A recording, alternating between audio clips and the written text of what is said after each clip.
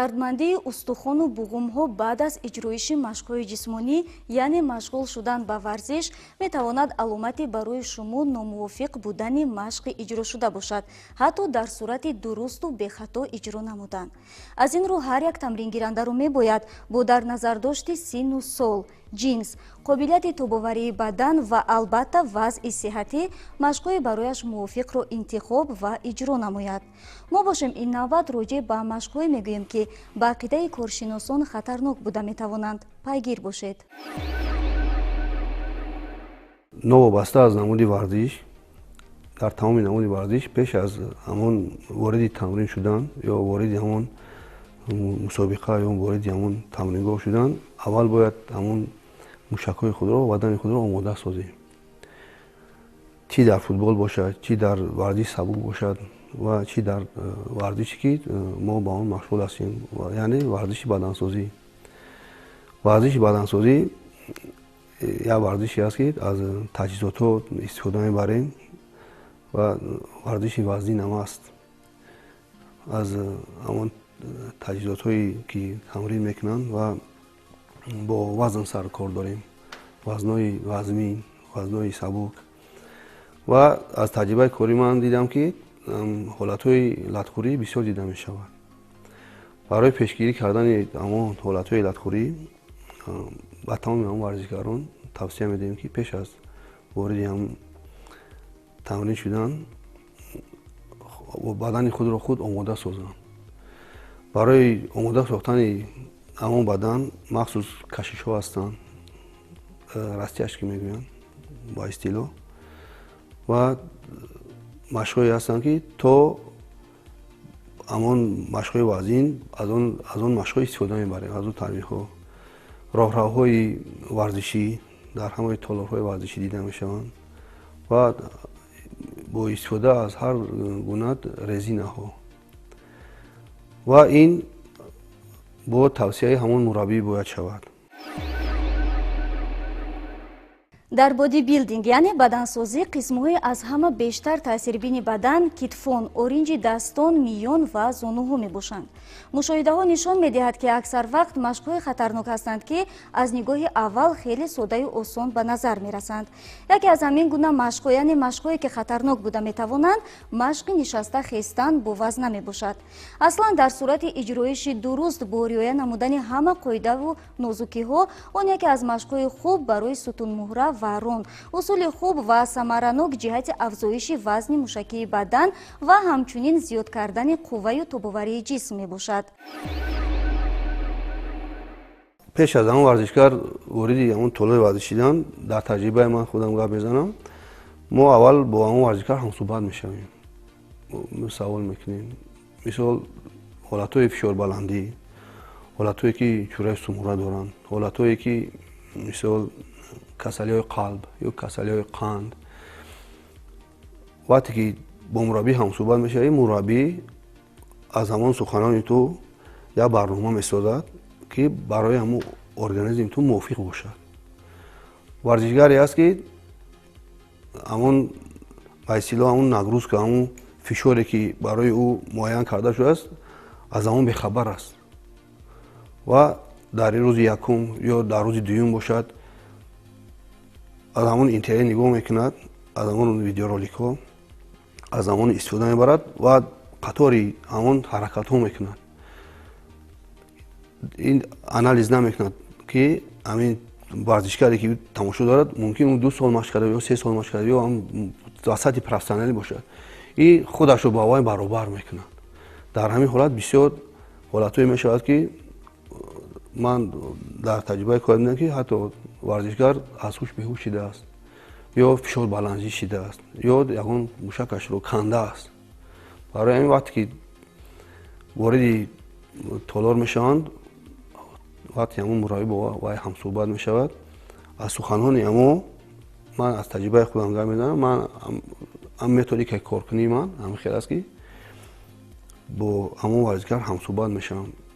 мисол ҳастанд тамринҳое ки барои одамои чӯраи сумра доранд, ҳамон тамринҳо мумкин нест ҳоли вай бадтар мешавад, хуб намешавад. ё ҳастанд одамое ки касали қалб доранд. Касали қалб доранд, тахиякардия, хай чанд намуд касалҳо аст. дар ҳамун роҳҳавои варзишӣ медаванд, фишоре ки лозим аст аз он мегзаранд ва тапиши дил аз ҳамун меъёри муайян баланд мешавад. баъд духтур ҷер мезананд, баъд ҳолаташон хуб нест, ҳолаташон бад мешавад, ягбора зиён мерасонанд. барои ҳамин варзишгарои ҳастанд ки ман бачааш мехуд дидам, якум бор дуюм бор ба ҳавас вориди ҳамун толаи варзишӣ мешаванд, як рӯз ду рӯз машқ мекунанд, баъд мепартоянд. фикр мекунанд ин машқ ин қа мушкил будааст. вақте ки бо мураббӣ кор мекунӣ, мураббӣ зина ба зина мисли ҳамин мактаби миёна, синфи 1, синфи 2, синфи 3, институт, ҳамин хел ҳамаи ҳам методикае ки дарс метиҳем, ҳам хеле методика аст барои одамое ки нав машқро шурӯъ мекунанд. барномаи алоҳида аст. дар ҳамин намуди варзиши мо бадана месозем. одамое ки ҳастанд мисол хароб ҳастанд, мехоҳанд камтар мушакҳошон камтар калон шаванд. барои барномаашон алоҳида аст. месозем барномаи аввал якум дараҷа барномаи хӯрокхӯрӣ. барномаи хӯрокхӯриро месозем. Чӣ лозим нест. баъд дуюм дараҷа барномаи варзишӣ. як рӯз, ду рӯз, як ҳафта, ду ҳафта ҳамон мушакҳои баданашро омода месозем. баъд вақте ки тайёр шуд, баъд барномаи вазн мешавад. оста ҳамин хел ба сатҳи профессионалӣ мебароянд. аммо ин машқро ҳамчун душмани миён низ ном мебаранд, чунки техникаи иҷроиши он ниҳоят мураккаб ва душвор мебошад. дар марҳилаи охири иҷроиши он ҳангоми поин кардани бадан миқдори хеле зиёди хун ба мағзи сар мерезад ва аз боиси ин беҳуш шудану афтидан ҳангоми иҷроиши ин машқ зиёд ба мушоҳида мерасад. зина ба зина хеле боро рафтааст. варзишгароне ҳастанд ки дар сатҳи профессионалӣ баромад мекунанд ё машқ мекунанд, тамрин мекунанд. аз машқ берун мераванд. як моҳ бошад, ду моҳ бошад, як сол бошад. дубора вориди варзишгоҳ мешаванд, вориди ҳамун толор мешаванд, шурӯъ мекунанд ба машқ. ҳамонҳо аз сифр сар мекунанд. ин рӯз ман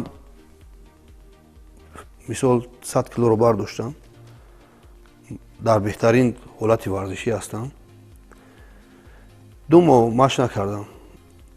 омадам, ман аз 100 кило шурӯъ намекунам. омода месозам. як ҳафта, 2 ҳафта, як моҳ, 10 кило, 20 кило, 30 кило, 50 кило. ҳамон хотирае ки мушакҳои ма доранд, оста ҳамон варзишгаро аз ин бахабаранд. оста барқарор мешаванд. ҳамон вазне ки мебардошӣ, боз дубора ба ҳамон вазн бармегардӣ. ин одамое ки нав сар мекунанд, ба ҳаминҳо тавсия дода намешавад. ҳастанд машқҳое ки бисёр машқҳое ҳастанд. як ҳаракати ноҷо метавонад як мушакро иллатӣ кунад ва ҳамон одам аз варзиш даст кашад. дар сурати баробар тақсим накардани вазна қисми зиёди он ба қисмати пеши бадан рост меояд. мушакҳои кос ва пайванди зонуҳо кор намекунанд ва ба ҷои он сарборӣ ба камар меафзояд ва ин сабаби дардмандии миён мегардад. аз ин рӯ гуфтан ба маврид аст ки ин намуди машқ барои одамони нав тамрингиранда нест. мутахассисон ба ин гурӯҳи одамон ба воситаи машқҳои дигари нисбатан осонтару камхатар афзудани қувваю тобоварии баданро тавсия медиҳанд. ҳастанд одамоне ки аз истифода бо аз ҳамон интернетҳо вориди толори варзишӣ мешаванд ва худ машғули ҳамон тамрин мешаванд ва дар ин ҳолат бисёр мушоҳида мешавад ки ҳолатҳои радхӯрӣ бисёр мешавад. агар бо тавсияи ҳамон мураббиҳое ки дар ҳамон толорҳои варзишӣ қарор доранд, мураббиҳои бо таҷриба, агар бо тавсияи агар ҳамон варзишгаро кор кунанд бисёр хубтар мешуд барои пешгирӣ кардани ҳамон ҳолатҳои латхӯрӣ. машқи навбатӣ низ ки дар навор мебинед аз нигоҳи аввал ҳеҷ хатарнок наменамояду онро ҳама иҷро мекунад. шурӯъ аз одамони нав машқкунанда то варзишгарони ҳирфаӣ ва ҳеҷ кадоме аз онҳо вобаста ба сеҳатиашон шикоят надоранд. ба гуфтаи мутахассисон хатари машқи мазкур дар он аст ки зимни иҷроиши он буғуми китфон дар ҳолати барояшон комилан ноқулай қарор мегиранд, қариб аз ҷой беҷо мешаванд. то вақте ки вазни кори зимни иҷроиши машқ зиёд нест, натиҷаҳои манфӣ аз иҷроиши он метавонад эҳсос нагардад. аммо ҳамин ки ба машқ вазни бештар зам гардид, мушкилиҳои марбут ба китфон аз худ дарак медиҳанд. илова бар ин, самаранокии ин машқи метавон гуфт хатарнок дар афзоиши вазни мушакӣ ниҳоят кам аст. сабаби он ки иҷроиши аксар намуди машқҳо барои одамони нав тамринкунанда тавсия дода намешавад дар он аст ки аз боиси муддати зиёд машқ намудан мушаки инсон пурқувват ва тобовар мегардад, яъне ӯ метавонад ин ё он машқро бидуни осебгирӣ бе ягон мушкилӣ иҷро намояд, дар ҳоле ки нафари тоза ба тамрин шурӯъ намуда бо иҷро намудани ҳамон машқ метавонад осеб гирад.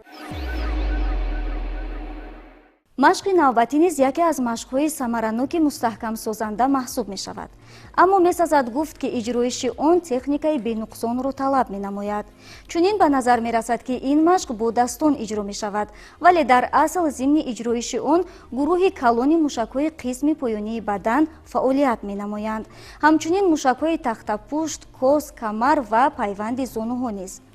дар қиёс бо машқҳои қаблӣ ин машқро бо машқи дигар иваз намудан душвортар аст. онро на бо мақсади афзоиши вазн, балки ҷиҳати ташаккул додани қувваи мушакҳои тахтапушт иҷро менамоянд. бо ҳамин мақсад ҳамчунин метавон якчанд машқи дигар, аз он ҷумла машқ бо ресмон, ба тахтапушт хобида бардоштани вазна ва ё бозуфишориро иҷро намуд.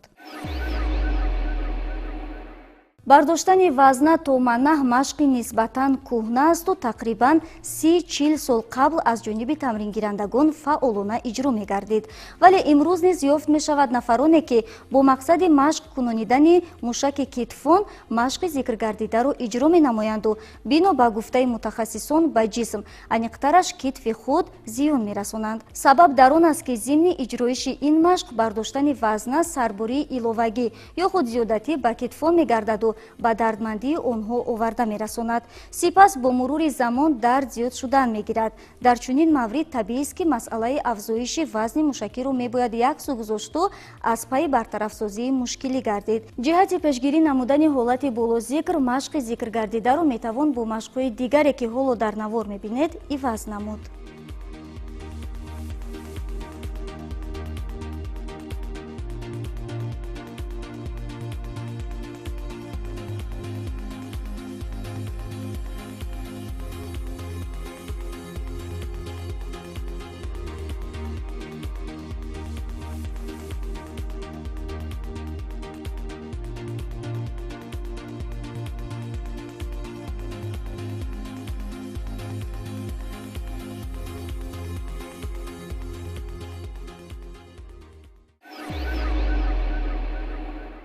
машқи навбатӣ низ ки бо мақсади мустаҳкамсозии пойҳо иҷро мегардад аз ҷониби мутахассисон тавсия дода намешавад, зеро ба гуфтаи онҳо дар ҳаёти рӯзмарра коре нест ки барои анҷом додани он дар ҳолати нишастан бо пойҳо бардоштани 30-40 килограмм вазн лозим ояд. вақте мо сарборӣ ба кадоме аз мушакҳои баданро нисбат ба мушакҳои дигар бештар менамоем, имкони ба вуҷуд овардани номутавозинии мушакҳо вуҷуд дорад. зимни иҷроиши машқи мазкур бошад, хатари аввалин дараҷа дар он аст ки аз боиси сарбории зиёд хасташавии қисми пеши буғуми зонуҳо эҳсос мешавад. ғайр аз ин, аксар вақт баъзе тамрингирандагон зимни иҷроиши ин машқ ҳангоми қат ва рост намудани пойҳо ангушти пойҳоро қатъ мекунанд ва ин сарбории бе ин ҳам зиёдро ба қисми пеши мушаки рон меафзояд. ин машқро низ метавон бо машқҳои дигаре ки ҳоло дар навор мебинед иваз намуд. дар таҷрибаи кори ман марде назди мо омад, 56 сол дошт. гуфт ки ман бемории диабети қанд дорам, азоб мекашам. марҳамат кард, гузарондем. барнома кардем. Барномаи аввал тарзи дуруст истифода ба намои ғизо. баъд барномаи варзишӣ кардем. 1 моҳ гузашт, 2 моҳ гузашт, 1 сол гузашт. ҳамон мард дар баробари ҳамон бачаҳои ёш дар ҳамин толори варзишӣ машқ мекард.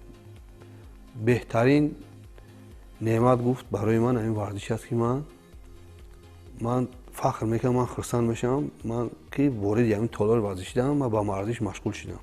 новобаста аз касал, чӣ касал дорем, новобаста аз сину сол, хо дар толори варзишӣ тамрин мекунем, хо дар хона тамрин мекунем, хо дар кӯча тамрин мекунем. рози дар ватани зебои мо дар ҳар як гӯша ҳам толорҳои варзишӣ аст, ҳамон майдончаҳои спортӣ, майдончаҳои варзишӣ. дар як рӯз 20 дақиқа, ним соат роҳ равем. давидан лозим не, ҳамихел роҳ раванд тамом. чӣ мард бошад, чӣ зан бошад, чӣ пир бошад, чӣ ҷавон бошад, роҳ равем. дар сатҳи профессионалӣ машқ накунем. аз 0 сар кунем, аз 0 сар кардан дер намешавад. аз 0 сар кунем. саломатино барқарор мекунад. бовар кунем, ман таҷрибаи корим бисёр дидам. занҳо мардҳо сар кардан, шурӯъ кардан ба ин варзиш, то ҳозира ман шоҳидам, ки то ҳозира машқ мекунанд. дарди пой аз байн меравад, дарди миён, фарбеҳӣ ҳама аз байн меравад. саломатӣ барқарор мешавад. тавсияи ман ба мардуми шариф Тоҷикистон, чӣ ба пир бошад, ба ҷавон бошад, тавсияи ман ҳамин аст, ки ба варзиш машғул шавем. чӣ намуди варзиш бошад, ба варзиш машғул шавем. ин буд якчанд намуди машқе ки бино ба гуфтаи мутахассисон барои нафарони нав машқкунанда хатарнок буда метавонад, зеро машқҳои болозикр техникаи дурусти иҷроишро талаб менамояд. дар акси ҳол бар ивази фоида имкони зиён расониданро дорад. аз ин рӯ на танҳо зимни иҷроиши ин машқҳо, балки машқҳои дигар сараввал бо мутахассисон машварат намоед ва бо тавсия инчунин зери назорати онҳо машқҳои бароятон қулай ва муносибро иҷро намоед.